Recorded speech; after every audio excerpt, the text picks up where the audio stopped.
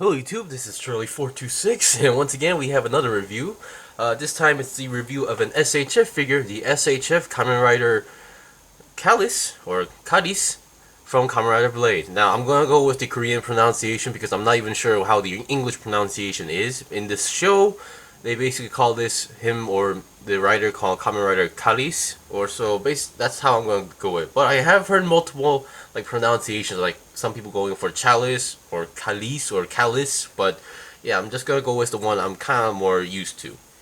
Now this figure came out in 2014, and what I've got is something interesting. I'm not sure when this happened, but basically the shop that was selling this mentioned that this was a reissue, meaning that this was not the one that the one I bought is the one that came out on 2014, but basically a reissue. So I'm not sure when the reissue happened, but thanks to that I was able to get this pretty cheap, about for $40.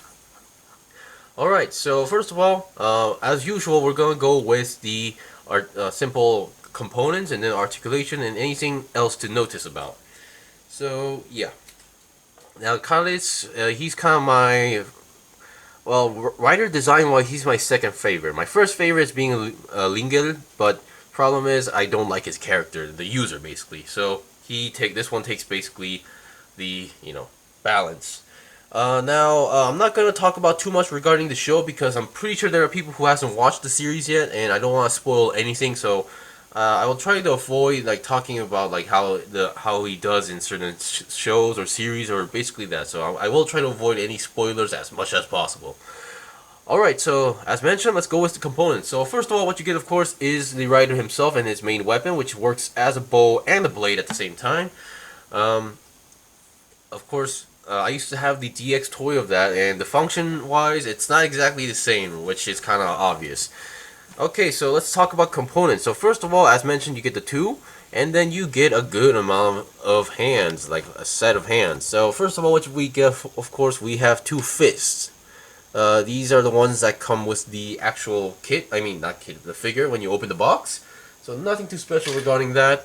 And then here we have some now currently on the right hand on the figure, I'm currently using the weapon holding hand, I assume, because this is the one I was able to actually put the weapon inside, because as mentioned, like Robot Damashi figures or SHF figures, you have to jam the weapon inside the hand. So this one being a little bit more open, I didn't have any trouble using this one. So this is one I'm currently using on the right hand.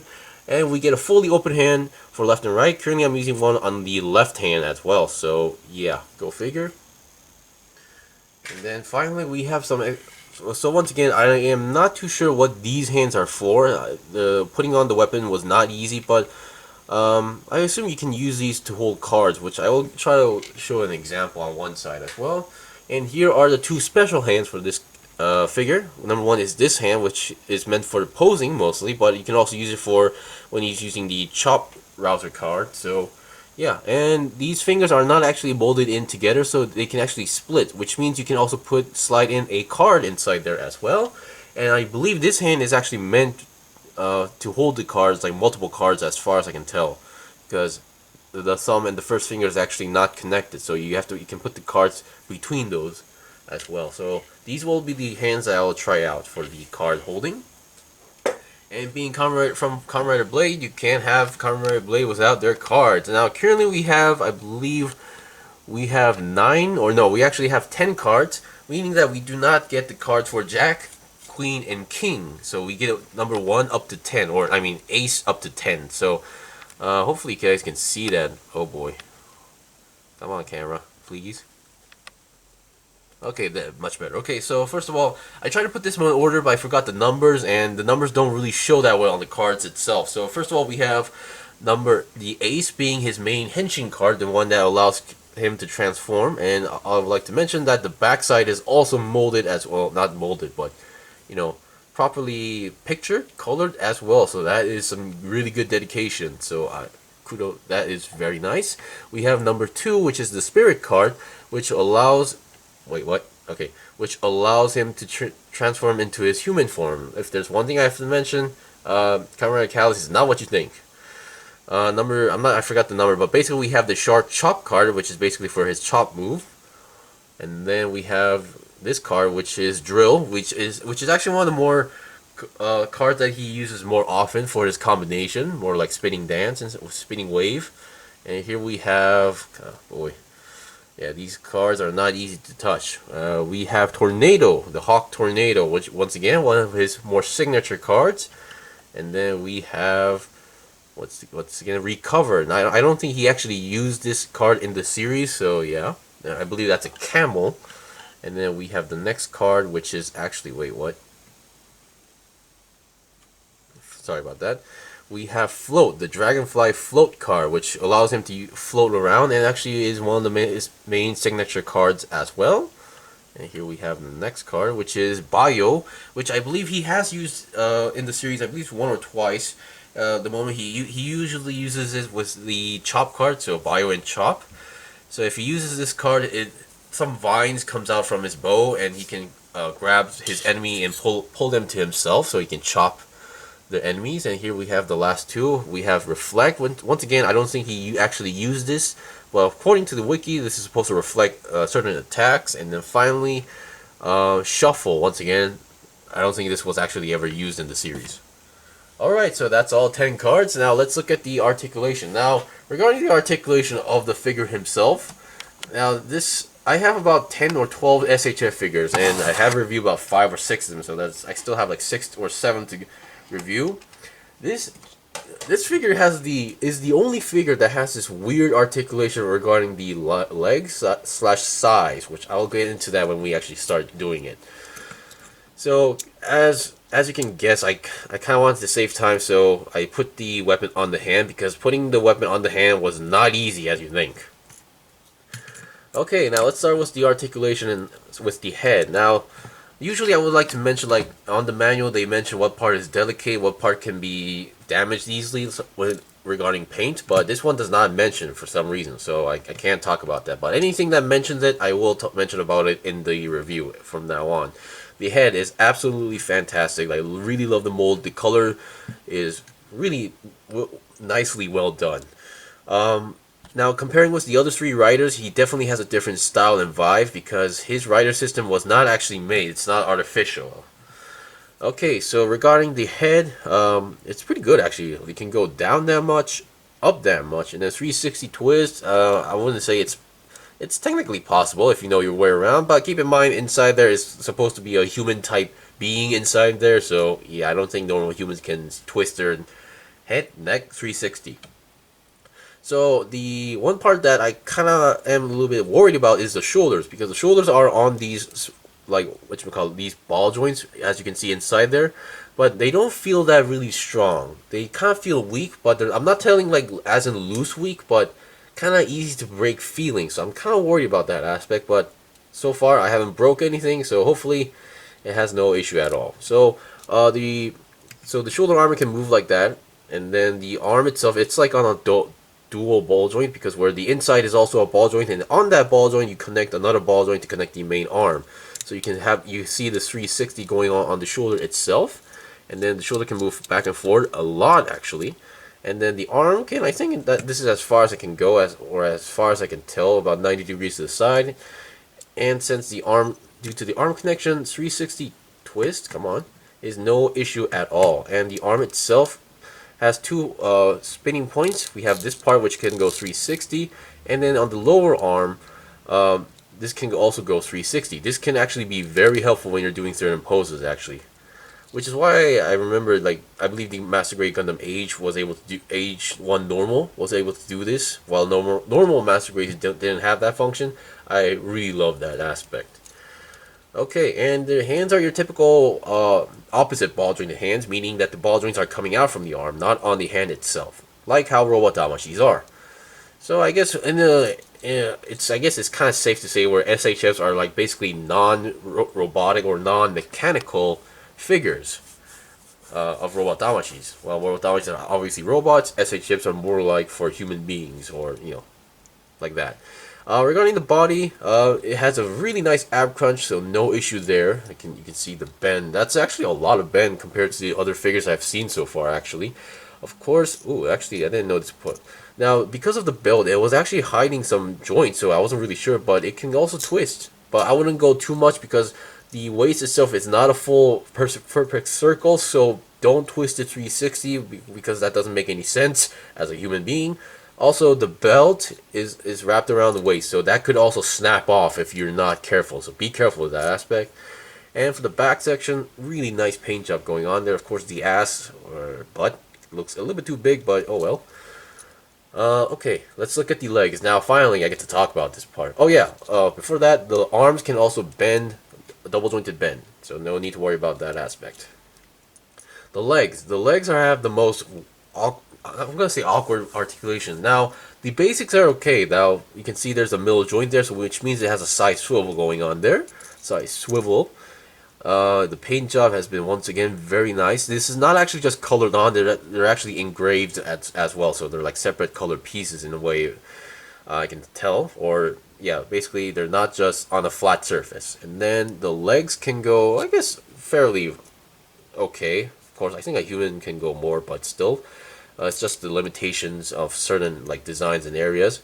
And then a nice double jointed bend, kind of still stiff on the stiff. And the feet has a nice pivot, so left and right, but yes, and you can twist this left and right as well, and you have the up toe that can go upwards, so that is actually very helpful with certain poses, with this rider especially. Now the weird articulation I'm talking about is the legs when you go to the side. As you can see, it has that thing where I'm not sure what you call this, but it's basically like one of those things where it tries to go back or go in or back in a certain position instead of like going anywhere you want. So this actually kind of hinders posing. So I'm not sure why they did this, and this is the only figure I have that has this function. So I'm not sure what's going on here. So when I'm trying to split the legs, I want to be like in the middle, but it either ends up being too open or too narrow. So that's kind of odd for me. I don't know why they did this, but okay. Okay, now let's look at the accessories. Now we have his belt. His belt is also molded very well, and those red sections are actually red clear pieces, like how the visor is in his head. And on the side part, oops, we have his card holding gimmick. So sadly enough, you cannot put the cards inside, but it still has the gimmick where you can open up. Now this is basically his card deck case. He puts his 10 or 13 cards, or sometimes even more, depending on certain riders. He basically puts his cards inside this, and it actually looks very cool. I mean, I still have the DX version, and I actually still kept this one. I got rid of the belt, but I still kept the card holder. Okay, now let's look at the accessories, which is basically the main weapon and gimmick. Okay, this is his main weapon. As I mentioned, this works as a melee combat weapon, as a blade or as a bow. So in order to use it as a bow, he has to pull this black lever back, and yes, that function is actually there. You can actually pull it back a little bit. Now the DX toy, actually, if you pull this back, the blades would also fold up like this at the same time. So yeah, and then there's supposed to be like a trigger, and then he fires it, and then fires like a single shot. So yeah, and then another thing I should mention, that I believe Lingel actually has a place where he can scan his cards. Unlike Chalice, despite the way how his belt works is that he gets a card, he slashes or slides a card between. You can see those two gold lines on the heart. Basically, there's supposed to be another line where you can slash the card, and he would be able to use it. Sadly, that aspect is not actually in this belt. So yeah, but what you can also do, like from the show, is that you can take this belt part apart and then put this back here, and then reattach it. Now I forgot which way it's supposed to be, but depending the way how he's supposed to slash the cards, you can actually attach this. Now a little bit caution is that mine is a little bit loose. It will kind of fall off a little bit easily. Currently I'm being a little bit lucky, but if you put this back in multiple times, it's going to be a little bit loose in the long run. So just be aware of that aspect.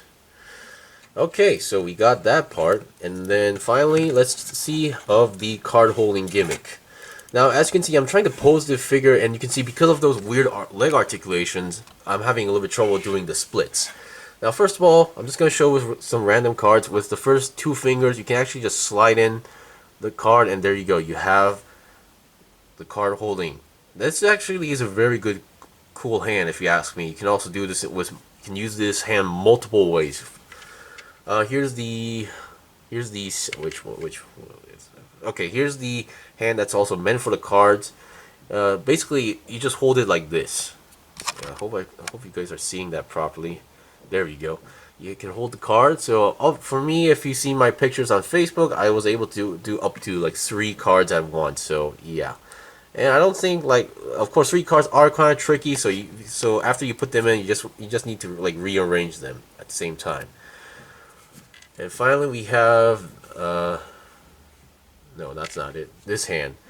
Let's see if this hand can also hold it. So I'm gonna put in a hand, and surprisingly, it's upside down, but it can hold it at the same time. So I guess you can use this as a holding hand for the cards as well. So that definitely answers one of my questions at the same time. Of course, the thumb is it's not connected, but it's really close to the finger. So it's going to be a little bit tricky putting the cards in, but if you know your way around, it should be no problem as well.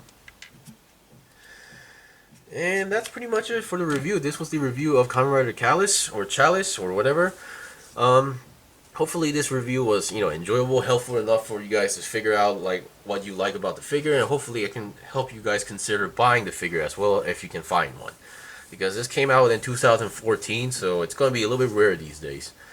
Anyway, thank you for watching the review. This was the review of the SHF Kamen Rider Chalice or Chalice. If you guys got any questions or requests, leave a comment below. I still have more stuff to buy and build and make reviews out, so please stay tuned. Until then, see you guys next time.